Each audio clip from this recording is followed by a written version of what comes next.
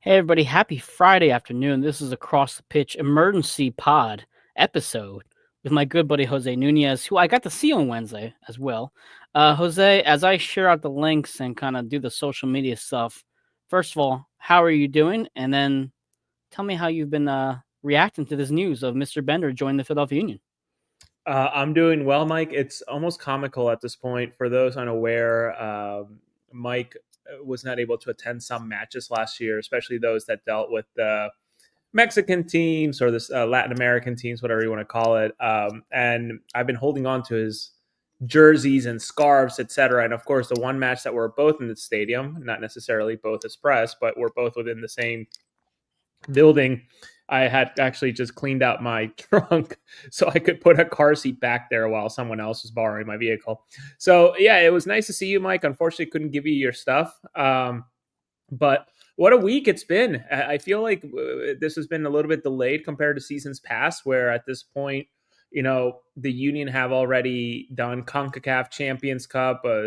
Us on the press side have already done the Saturday, Wednesday, Saturday, Wednesday, Saturday, Wednesday madness of preparing and then rehashing and preparing for the next. And I think a bit of a curveball, as I know it was to me, and certainly I would think to you too, but most of the fandom, to open up an email or get a text message saying, oh, well, announcing Ben Bender. At least the text message I got was, "What the fuck?" Like it was just a very confused message onto why him, and asking me for context. Which I've done a little digging. It's an interesting move, but we can go deeper into it if you've done your sharing just now. Yes, I am. Thank you. If you caught the end of last week's episode on Across the Pitch with Dave and I, we discussed like kind of like a wish list, if you will. What would you want to add to this team if you were to enhance the roster? And we both said like midfielder, attacking midfielder. We thought this club could use a replacement for Daniel Gazdag. We've also heard rumors about Kevin Sullivan being out with Man City in July. I don't know exactly the deals or that, but we know that this roster has changed and will be changing overall. So we said we want someone to come in the midfield to give us an offensive presence because Bueno and Bizo and even Kevin, respectfully, and Raffanello, just not the player we're looking for. And then our prayers were, I guess, answered today.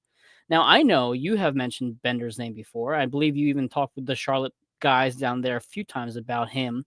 So I know him from speaking with you and obviously following this team now for quite some time, and I was excited about it. I certainly feel like Tanner's in that win now mode compared to how I felt entering the season. Because this feels like a win now type of move compared to win in a couple of years. And he's also young enough where you can make him relevant for the next couple of years as well. So I'm really I know a little golf clap for Tanner. I think this is a great move.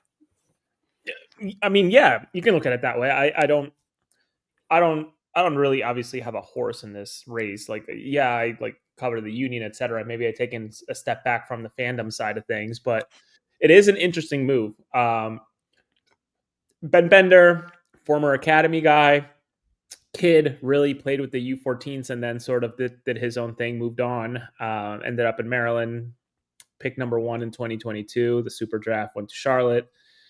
Had a pretty good season, initial season with Charlotte, but then after that, it sort of just fizzled out, and mainly because, and one of my personal main concerns with him, and I hope he's healthy. I reckon he passed some sort of physical leading into him putting, ink to paper, but some issues with his one knee that led him to missing about 240 some days during the 2024 season.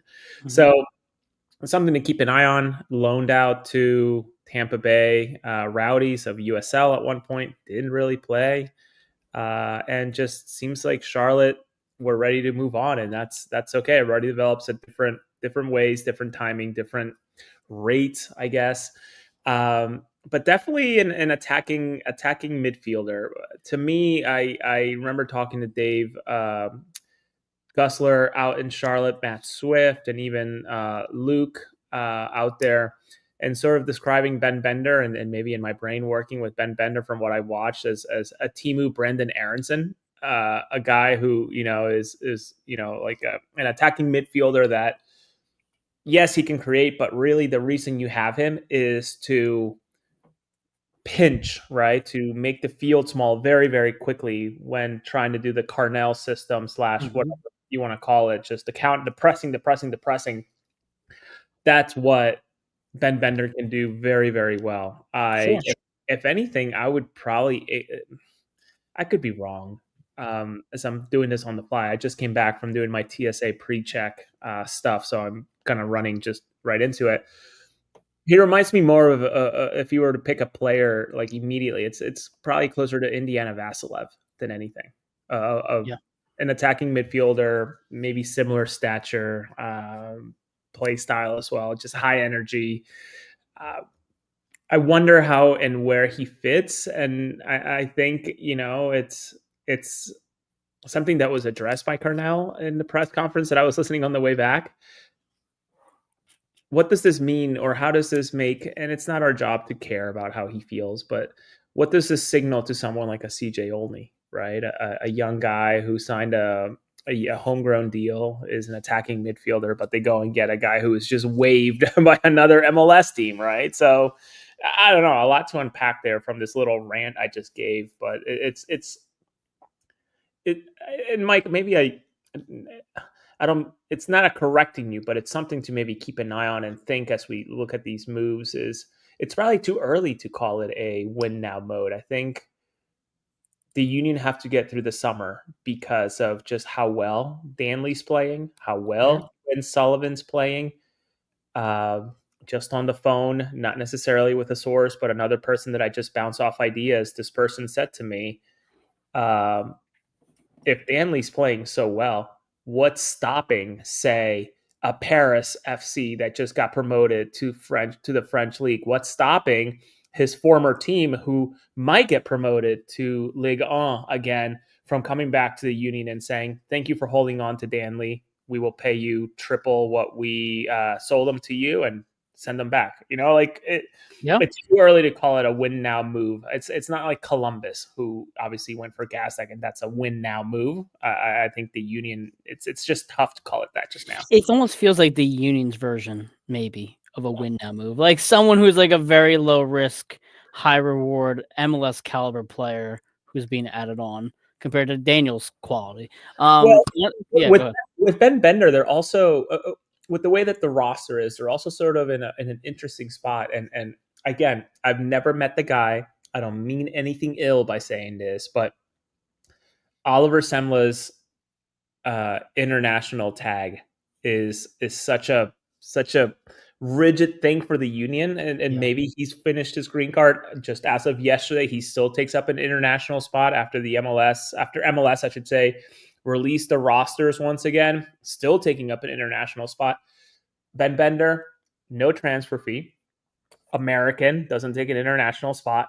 Very cheap contract at a league veteran minimum, and I don't remember what that number is, but it can't be too much. I mean, the salary he was on last year with Charlotte was $125K guaranteed, so it's not like he's breaking the bank in a way either. So a lot of good things going Bender's way. I just wonder, if anything, this puts more fuel to my ship or fire, whatever you want to describe it as. Of man, like I wish some of these young guys would go on loan to USL sides like CJ Olney. Well, and I know I'm gonna bring some comments up regarding the center back position because I think it's a good point. I was listening to you and Todd speaking yesterday on Todd's show, and I think one of the issues that we have currently is that Andrew Rick is a really good keeper, and he's shown that. But he is so tied to this roster because one, Andre Blake cannot stay healthy, and two, Oliver Semle is not reliable enough to be Andre Blake's backup. So you're basically keeping Rick here. No, I'm not saying this is what they're doing. I'm just saying in general, this is what my opinion is. They're keeping Rick here because out of necessity rather than them wanting to give him more time. Because I think you're right, Jose. He's not playing at his level at MLS Next Pro. He should be on the USL side. But let's talk about the center back position because we have a few comments up here, and then we're going to discuss the note that Carnell said today about Chris Donovan. I can play center We, back too. we cannot leave that off. I promised our friend Brady that would talk about it, so we have to. T-Mac joins us. Bender is a fine flyer to take. Nice that he played in our academy for a bit. That being said, our current desperate need is center back. Surprised the roster addition wasn't added that spot. And Mandy joins us as well. Thank you so much, Mandy. Agree, we barely have any center backs right now, and we're out here getting a midfielder. Would have loved to see CJ get minutes on Wednesday. We did see David Vasquez on Wednesday. Did not see Olney. Valerie says, way to clarify, a Union win now move. Yeah, it feels very much like that. And again, T-Mac says, agreed on the ease of this move in terms of roster compliance. Let's go find a Ben Bender type at CB. Also agreed there, T-Mac. Dan hints out here, I'm here for Donovan at center back. So if you didn't hear the press conference from Carnell, this is very much kind of a joking type of comment, but very, very much one that caught our attention was Carnell said, and I'm paraphrasing, like in a pinch, if we absolutely needed to be, Chris Donovan could play center back because he was talking about the versatility of his players. So of course, we've joked around in the comments and text messages. Now, imagine Chris Donovan paired up with Glesnes or Neil Pierre or Macania, whoever it might be. And then Dan also questions here: didn't Bender have an issue at Charlotte with wearing the Pride kits? I have no idea. That's what I'm going to look into right now. And then Mandy says he's refused to wear them 2 years in a row. Apparently, the only player league wide to do so. And then Domesticated Hoagie joins us. Golden opportunity for Futurama tifos. Again, that's also a great point as well. Once again, Domesticated Hoagie come in here with some great commentary. Here's our thing with center back, which I believe Frankie Westfield's play has kind of pushed this envelope a bit, in my opinion. First of all, you have Glavinovic coming back. It has to be what, 4 weeks from now, at least, Jose? I'm losing track of his timetable, but we know he's on the field training at this point in some capacity. He's doing north south running right Okay. now. He's not doing anything So with the ball. He's not going east west. It's literal just running fitness type of thing. so then a month from now could be a potential time frame for when he could come back, considering they said 4 to 6 weeks, I believe. It could be, and there could be setbacks. It could be he could Sure. speed up. I'm not sure. I have no idea where Jan is in terms of his fitness. Okay. So let's just say, hypothetically speaking, by July, he's back, right? I do think that Frankie Westfield's play has been so impressive lately, and he's been so reliable at right back. Your center back addition is kind of being answered with Nathan Harriel. Now, whether people agree with that or not is kind of irrelevant. It's clear the Union are emphasizing he can play center back. We don't mind throwing him in there at center back with Macania dealing with some issues, even though Carnell said today Macania's fine. But if he's dealing with some issues, Harriel could be in that spot. So I think they're almost answering it with, well, Nathan's capable. We have Olivier who can be the backup right back, which he kind of was already. And then Glavinovic has come back. So why do I need to add a center back when I already have a capable backup on the roster? Do you agree with that? Or do you also want them to go out there and address that position? I think I don't know, but I found these results on search. Google's about to tell me. So I feel like adding someone immediately right now, despite the need, and I totally acknowledge that there is a need, is putting another roadblock on who I think is ultimately the gem, the future in terms of Neil Pierre. That adding another body is just sort of like, well, there's another hurdle he's to compete against, which I'm sure he would compete, and he would, just based on his skill and again, another player that I believe has outgrown MLS Next Pro, like another one that would be a huge hurdle. So yes, though I can see the immediate need, because you don't want to be playing players out of position. And if anything, Mike, maybe this answers the idea of maybe the Union don't have to play Nate Harriel as a number 10 anymore, right? They have Ben Bender who can come in during some of these games. Which you have to appreciate Nate's flexibility. So I'm on the boat that, yeah, they need one, but man, it was the two injuries here, the quick hitters of Jan Glavinovic having that injury, which he played through just about that entire match, was just unbelievable. And talking to other medical professionals of like, I don't know how he did it. That must have been so fucking painful. That must have been unbearable. There it is. What's up, Todd? The Todd father, as some in the press box call him. Yes. I don't know how Jan did that, and others can't imagine. I guess the adrenaline was just that high. But then Neil Pierre's injury playing MLS Next Pro is such a bummer. I can imagine that he would have probably featured or had some say in the game against Indy 11. And it's such a bummer that that gets punted to the day before the game. I think Carnell mentioned 4 to 6 weeks, maybe a little bit longer. So like Yep. such an untimely thing. So Mandy, the extent of the injury for Neil, if I recall, and don't paraphrase me, go back to the Indy 11 pre-match press conference, but I believe that I think Bradley mentioned that he tore something in his knee, maybe, or maybe I'm just like basing it off of something I heard from somebody else. So don't quote me and just go back to that. But I'm fairly certain. I'm fairly certain that's what happened. Something with his knee, that's for sure. I posted the incident on social media. Should you want to watch? And it's comical because Neil Pierre goes ahead, has this whatever happened to his knee, and then fast forward like the final 10, 15 minutes of his play. He goes and puts together some incredible long balls in like such a Pierre way. So not Dan. Brady brings up a point here. And if the approach is to build from the academy, then why Ben Bender right now? I guess in a way it kind of is because he was an academy member at one point.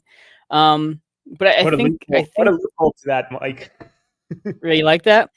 It It was just a different way, a different approach to it. I think JT kind of hinted at this in the presser today. Well, what happens to Olney? What happens to developing from that point? I think Carnell's hinting at these players are just not ready at this point to take that leap. I think what he's hinting at is that Olney's not ready at this point to be that guy. And also you have to remember, I mean, Ben's 24 years old, right? He is a very young player still. So is this an academy player being developed? Not necessarily, considering his break from the Union. But at the same time, it is another youth piece and they want to play youth and they want to develop youth. I mean, this is still a very young prospect that they can kind of use as a loophole to kind of fall into that. Well, we're still developing the youth. It's just we did it a different way. That's all. I'll put some more comments up here as they keep rolling in. Domesticated Hoodie says Toddcast is better than podcast. All these Todd puns are just really great today. I appreciate this afternoon banter for Todd Lewis.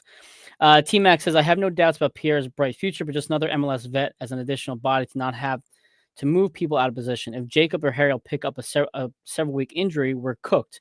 And that's also a great point. I mean, the depth is an issue right now at center back. It looks like McConaughey would have to be the next man up if one of those two players would go down, and then it kind of goes down the pecking order from there. Unfortunately, we don't want to have a scenario where we're using our fourth or fifth depth piece for a center back, but at this rate, it's certainly approaching that point. The one person I was talking to about the Ben Bender move a little bit, just to get some more context, sort of put it in such a way where in relation to Olney and what that means for him. And I think it was Brady who sort of was alluding to it and whatnot. It's yes, at face value, this technically at face value, this does signal something in a way of maybe showing or at least optically. I'm trying to spit it out. I'm so sorry. I'm trying to be thoughtful on how to say this. Optically, this shows or signals that CJ is just not ready. Mm-hmm. But you also got to remember that I think if you, myself, and maybe even Bradley Carnell would have, if we were to spin the clock back and go back to Marbella, Spain, I don't think he thought Frankie was ready at that time when he started getting those opportunities. And it was Nate's injury that gave him the opportunity. So I think about this move and I think about, you don't know if they're ready or not until you let them swim or sink, right? And I'm sure there's data, there's analytics, there are people far smarter than you and I and probably everybody who's in this digital room combined, except domesticated Hoagie, who apparently is brilliant too. Congratulations on your presentation, Hoagie. That they make the decisions, they make these they have a reasoning for it. that I wonder, why wasn't CJ part of the match day squad, especially if it went 120 minutes, right? We're like, imagine putting another set of young legs like that. Maybe something happens, maybe something doesn't happen. It's obviously easy to say hindsight wise, but yeah, I feel for CJ, but I also wonder what the analytics are saying that's leading to this decision to bring Ben Bender in, outside of, again, cheapness, easy to plug it into the roster in terms of compliance, etc. It's just, I wonder so much about what's behind the scenes with this move, and was this a shock to anybody? Did everybody know? Was it sort of like we're just gonna go snag him quick? I don't know. I wonder how fast this happened. Well, I mean, you talk about Westfield and him being thrown into the fire, so to speak, in terms of whether you're going to sink or swim. I think lately, at least for me personally as a fan, I have some trouble trusting the Union right now in evaluating whether a player is ready to see the field on an MLS roster, starting 11. We've seen the issues with Bueno. I mean, you can go back to Baribo, which may have been more of a curtain thing than anything.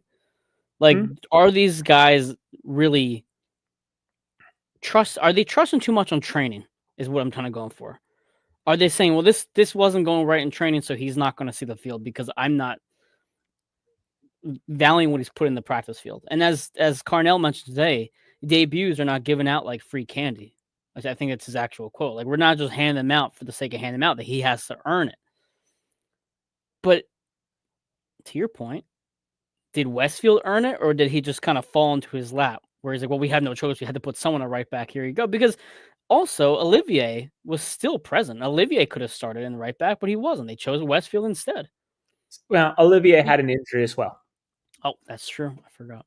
So, I just want to be very thoughtful with this train of thought too, because and careful maybe is the better word, as well as thoughtful, because I will never take the earned is probably the best way to say it with Frankie, because of, I mean, Jesus, dude, like this past Wednesday, and I know we'll talk about Indy briefly, but like he took a hit from one of the guys and immediately pumped up, got up and fucking got chest to chest with the dude. I'm like, yep.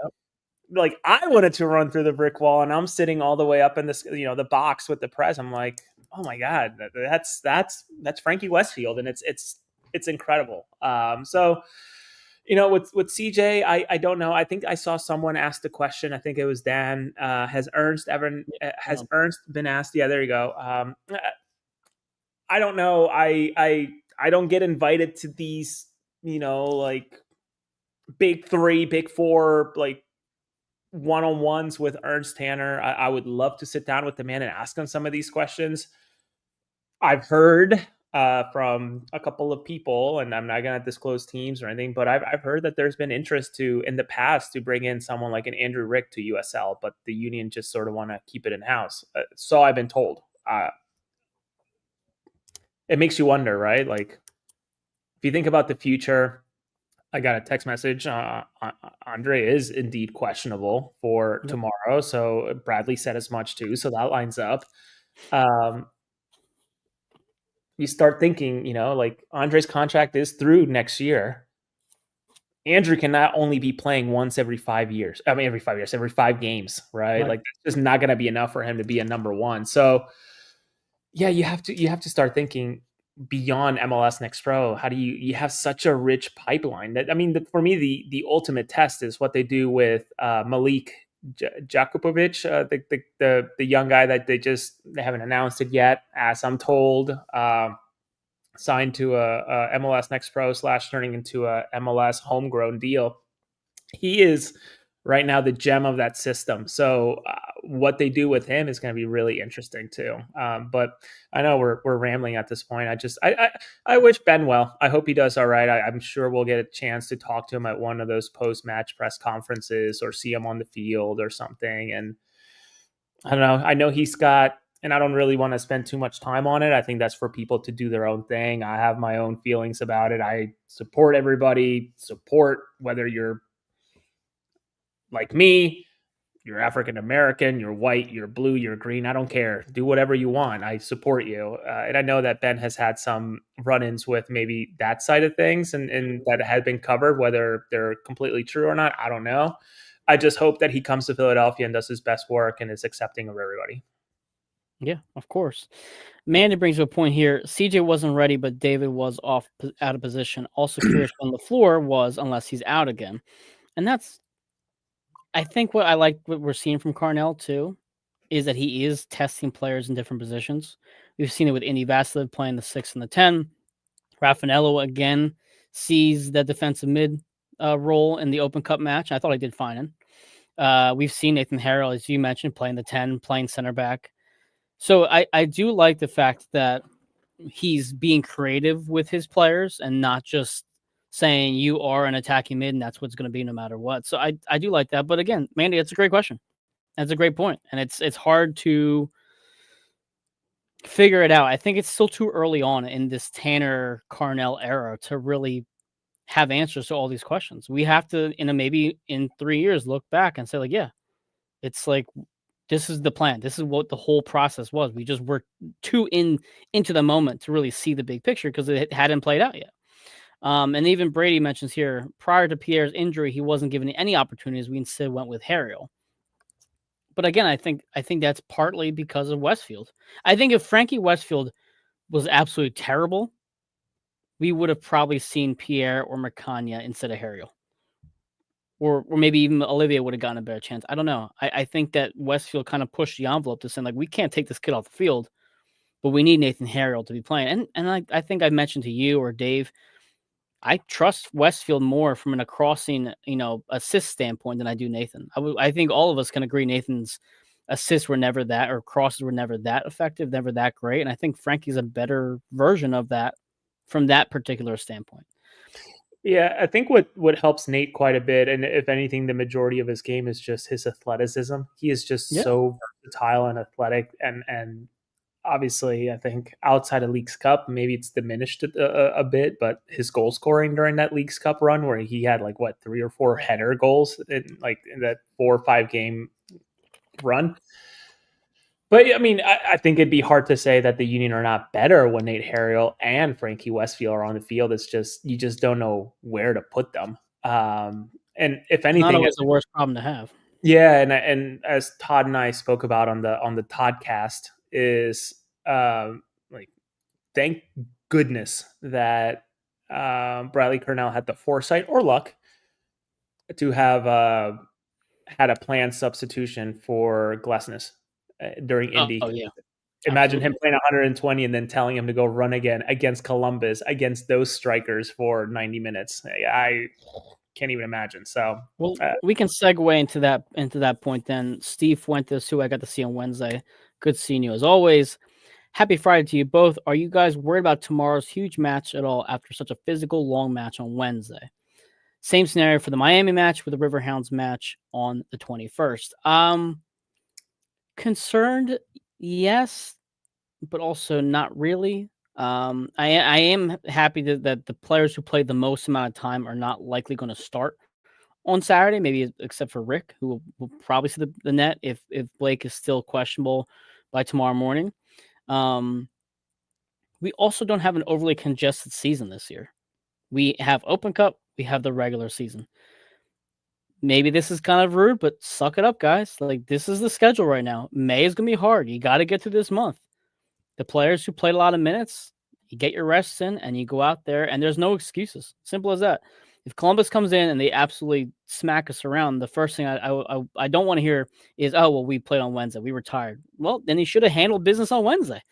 It should not have gone 120 minutes and then PK. Simple as that. So am I worried about the match? Yes, because it's Columbus. But am I going to give them excuses if they can't perform? No. You're professional athletes, and this is your time to show what you can do because you don't have to worry about an overly congested schedule. Just get through it. When's the last time the Union? Hold on, where are you? Where are you? There you are. I can't use Safari with this fucking website, so I have to open up a Chrome window, and I use Safari because I'm a dork, so I often lose the window. The last time the Union really had to worry about only 2 competitions, guess what year that was? 2017. No, 2022. Oh yeah, true. Obviously. Oh my goodness, you're right. Because there was I don't even Wow. believe that they played CONCACAF that year. I don't think they qualified No. the year prior. I'm No, we fairly played Open Cup. And we played regular season. Yeah, did they play? I'm just doing a quick. People in the chat, please correct me if I'm wrong. And my brain's moving at a million miles per hour, but I don't believe that they played CONCACAF Champions League at the time in 2022. I think or maybe they did. Did they play? How about I just look it up on Google? On our Yeah, good friend. look it up. Yeah. Again, I think it's just to illustrate the point of like, man, like the Union don't really have. They have far fewer baskets to put eggs on this year than previous years, where you had MLS, you had CONCACAF Champions Cup. They played Champions Cup. They Oh, did. that's 20. It's 23. No, excuse me. Sorry, my fault. Yeah. So I'm not sure if they did in 2022. That's the thing. And I'm thinking, okay, they have a little bit less to worry about. So adding too many players, and I need to do a count, but like Ernst Tanner sort of mentioned what his dream number would be for the roster. And, I think he's getting closer, if not just went over it. So am I worried about this game on Saturday after playing this many minutes in terms of the Indy 11 game? No, not really. Maybe I'm riding under the impression. There you go. Well, Mandy believes. mentions the 2023. That's when we played like 55 games or something absolutely insane. I'm talking about 2022, brother, when they went to the final. I know, and I don't think we did. I'm looking at on Wikipedia right now. They played Open Cup against Orlando City. They lost. That's when Stu Finley scored his goal. But as of right now, what I'm seeing online, I'm not seeing any competition against CONCACAF at all. And Leagues Cup wasn't around yet. Right. So, back to my point or what I was saying about the match on Saturday. I think the Union are riding on house money right now in terms of results. That dropping against Columbus, I'm not too worried about it, especially with the context of they just played. The Union just played 120 minutes against Indy 11 and went into a penalty shootout.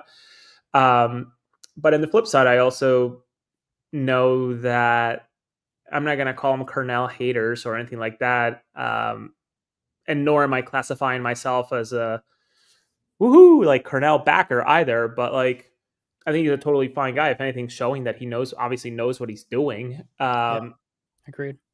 I don't think many expected for the team to be this far up and to be playing with this many points this far into the season, a third into the season, and be second and losing. I know people want to have the justification of like, okay, it's great. You defeated Montreal, who is not a great team. You defeated DC United, which is not a great team. But can you play against the Columbuses of the world? Can you play against the Miamis of the world?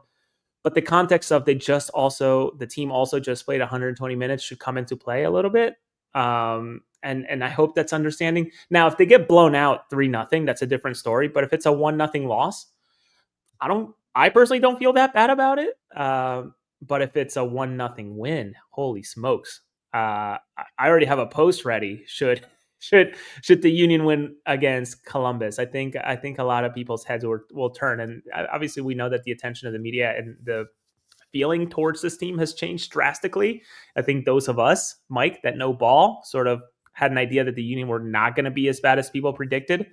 But it'll be fascinating onto how it goes. But again, just the added context of Wednesday's time sink is very relevant, as well as injuries. Yeah, Valerie mentions, how is Danny? Has he recovered from his injury? I'm not seeing anything online right now. They did extend him, though. Columbus Crew extended Daniel Gazdag to a multi-year extension, guaranteed through 2027 with a club option for 2028. That was as of 2 days ago. Yeah, Columbus. Danny was a late scratch last game. I think he went through like warm-ups and then something happened and was sort of just scratched out. I would think that he's champing at the bit to play against his old team at his old stadium. If anything, I have a couple of bets with people, and Mike, I should probably make this one with you offline. should he score? Is he celebrating? And if so, how is he celebrating? And Is he going to get booed? No, and I think going like this also counts as celebrating. When like players score and they just put their hands up, like, I'm sorry, I still think that's celebrating. If he just walks it back silently, that's not celebrating. But okay, Mandy mentions that the Inquirer is saying that he's ready to play tomorrow. I'm sure. I haven't watched Wilfred Nancy's press conference. And he said he won't. The Tan will reach out to Columbus for chat. Interesting. Maybe just maybe. Yeah, I again, if they beat Columbus, that's great. If they lose to Columbus, I'm also not too bothered. I think the season's a success, despite of what happens in the playoffs. If the Union win Open Cup, If the Union win Open Cup this season's a success. I absolutely agree.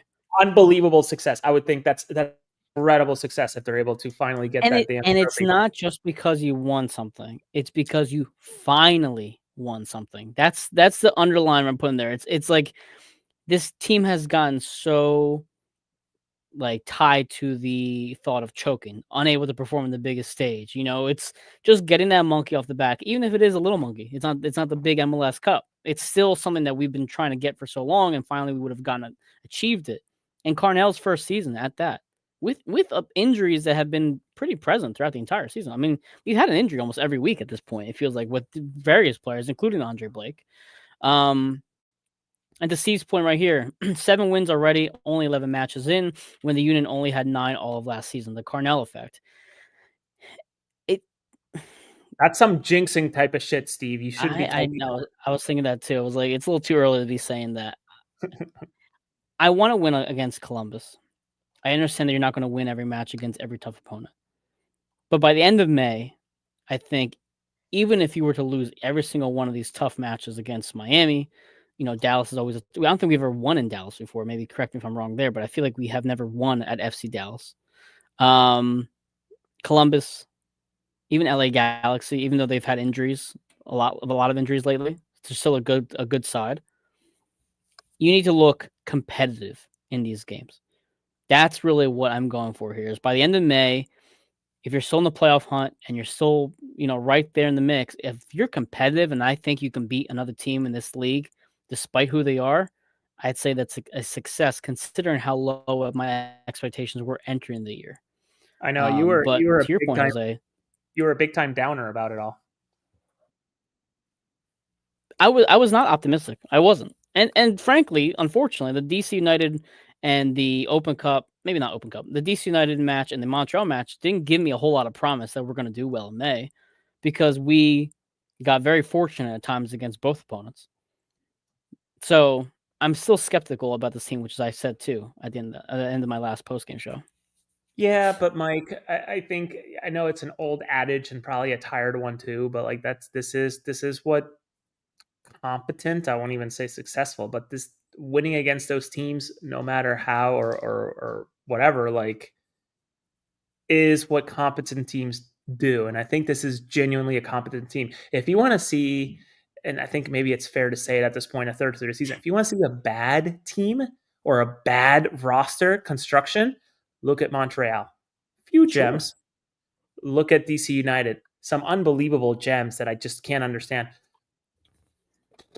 Atlanta, don't have to talk too much about that, especially a player that they paid $22 million for, and they're still so far down the table. And granted, still maybe technically a third, but like, well, I don't know. I'm sure the team will. I hope the context is there for people. If they lose 1-0, I think I'm thrilled with that score for the Union. If they win 1-0, obviously I'm thrilled for them too. Like, I think that's great. Either way, putting if I was them, I would put all the eggs into the US Open Cup, especially, and this is not a hit at Pittsburgh, but because they're the only team to play a USL side in the next round. It's like an unbelievable opportunity to, I don't want to say coast, but maybe take some more challenges or take some more chances with some of the young guys. Sure, but at the same time, I don't want to have. I mean, they just also beat New York City. Granted, it was like kind of like a last second perfectly set up moment for them to do so in their home stadium. But like, I don't want them to take them lightly either, because if they play the way they did against Indy again, maybe Pittsburgh gets a few of those bounces to go their way, and they're walking out of there with a win. So as long as they don't take them lightly, that's what I'm hoping for, because I do think that they kind of took their foot off the gas after Bedoya scored that goal. I think the energy kind of shifted, like, oh, we got this, no problem. We're going to walk away with a 3-0 win. They just didn't seem to kind of take that next step to just finish these guys off, which is what we talked about last year. They didn't have that finishing off mentality. They just let people hang around. That's exactly what we saw on Wednesday. Even with the rotated roster, they were good enough to beat them in 90 minutes. Yeah, Columbus. I'm really excited for the Columbus game. And again, like, the scoreline will be what it is, but I'm really excited to see how the likes of Danley, who got rest, how he faces off against Columbus. Quinn, who got rest over the midweek game, how he does against Columbus. And I'm guessing it wasn't according to plan, but I'm really excited to see how Jovan Lukic does against a Darlington Nagbe in Columbus too. So like, there's some really, really exciting matchups there to be offered. But ultimately, maybe I have less of a worry about this for them. It's, man, Andrew Rick played an unbelievable game. Put this into perspective, Mike.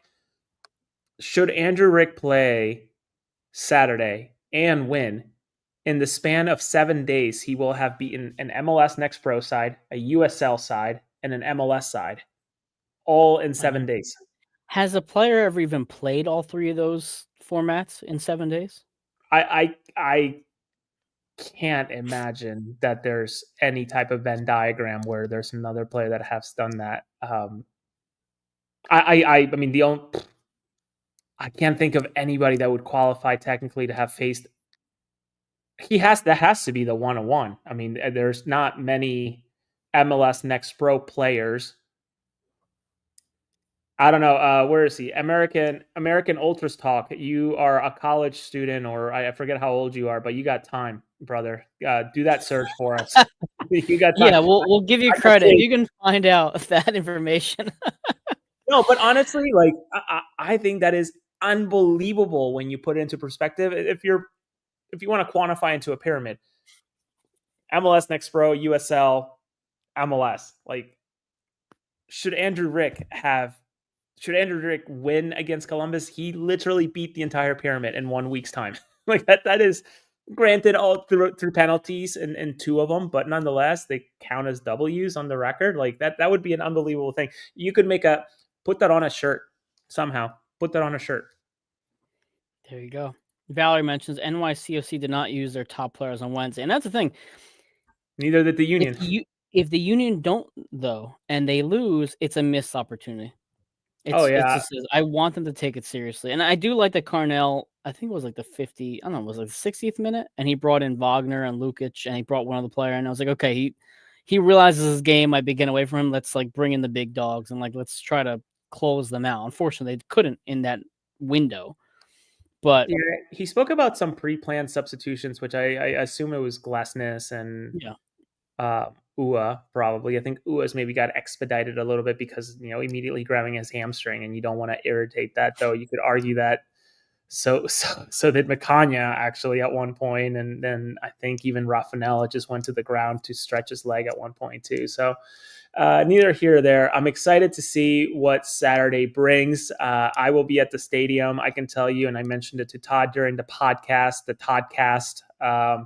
MLS the Todd Pod. MLS has designated the Columbus Philly game as a priority match for me, assignment wise. So I'm guessing as long as it's not a 0-0 game with nothing really happening, there will be a story of some sort. So be excited for that, and we'll see. So let me go let my father-in-law come in. Okay, sounds good. Yeah, for this coming, I guess, schedule for the across the pitch stuff, as Jose has left me to open this door, we will have, I will be at the stadium as well on Saturday. Jose, perfectly back on time for this note. I'm going to be there Saturday also. So for the love of God, if you do not have the stuff in your car, I'm going to kill you. But I'll be there Saturday, but I will be only there Saturday for about 45 minutes, and I'm going to shoot home at halftime. So I'll be back home in front of my computer so we can still have the post-game show Saturday evening after the 90 minutes has completed. So we'll be live about 20 minutes after. For those of you who are on the Facebook page for the Union's fan discussion, whatever it's called, their posts are always have to be admin approved. So there are times when I post the show on Facebook, but it has to be approved before it gets posted. I've said this before on the show. So follow us on AAT Sports Network rather than relying on the link to come up on the Facebook page. So that way you never miss us going live on Facebook if that's how you watch. I'm going to bring up a couple more comments here, though, Jose. Steve says, Indy 11 goalie was solid Wednesday. He prevented that one from being 3-1. Yeah, I thought he played great. And that's the one thing that Todd and Jose talked about on their show yesterday. It's like it's unfortunate for him because he did so well, and it sucks that it comes down to PKs and his teammates kind of letting him down in that regard. American Ultra says not finding anything after a few minutes of looking at last year's UOC. It's possible someone's done before, but not likely. Mandy says need to get one of those Wi-Fi hotspots for pods from the lot. So like I can host from the dining area, but I will be coming from Del Mar, Maryland before the Union game on Saturday. So it's like a 2.5 hour drive.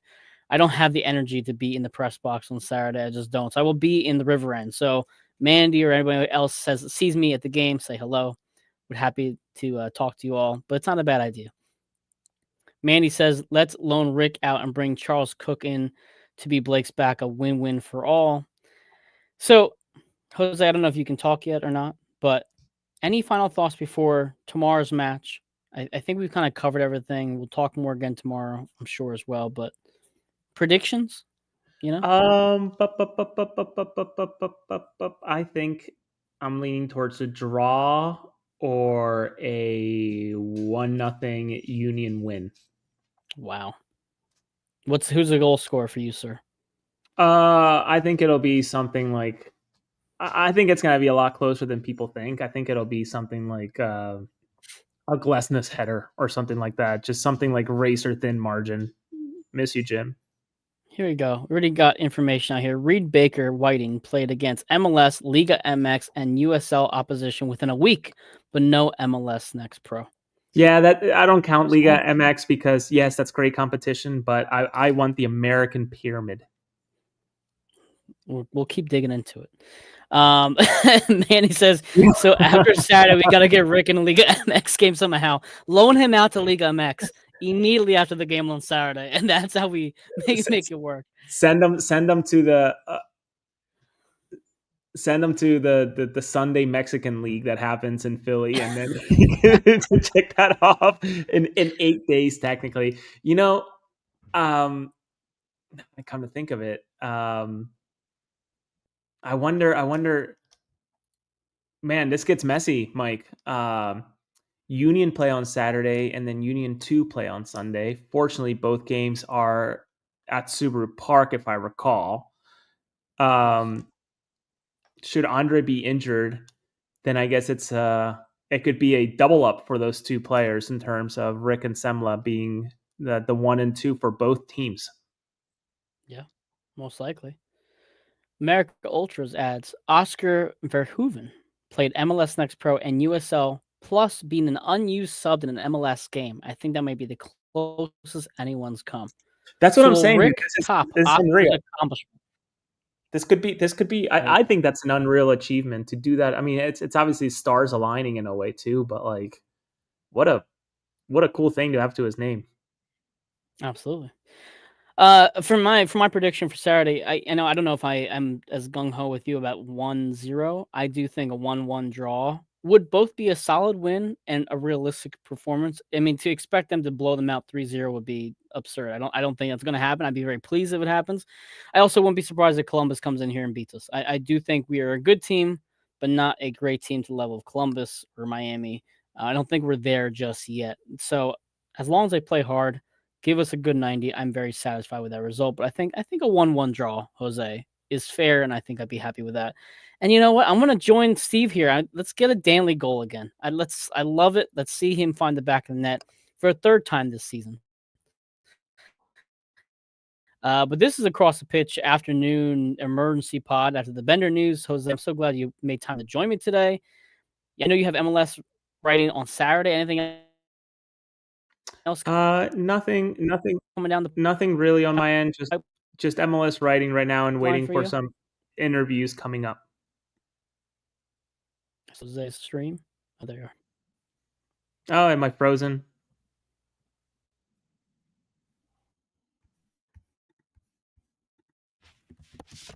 Good now, kind of. Just close it out, Mike.